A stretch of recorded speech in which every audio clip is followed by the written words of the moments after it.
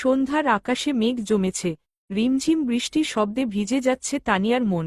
হাতে ধরা একখানা চিঠি, পুরনো, কিন্তু প্রতিটা অক্ষর যেন তাজা যন্ত্রণায় কাঁপছে।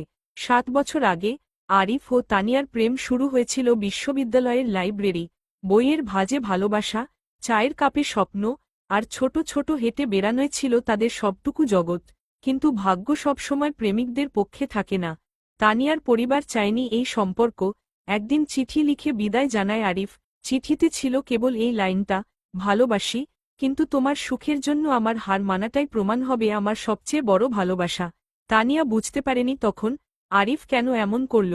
সে অপেক্ষা করেছে, বছর কেটেছে, কিন্তু আর কোনো খোঁজ পায়নি। আজ হঠাৎ পুরনো বইয়ের ভিতর থেকে সেই চিঠিটা বের হল।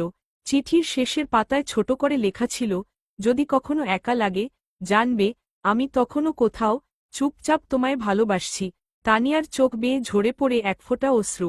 সময় সবকিছু বদলায়, শুধু কিছু ভালোবাসা রয়ে যায় হৃদয়ের কোণে, চুপচাপ, অব্যক্ত। তুমি চাইলে আমি এটাকে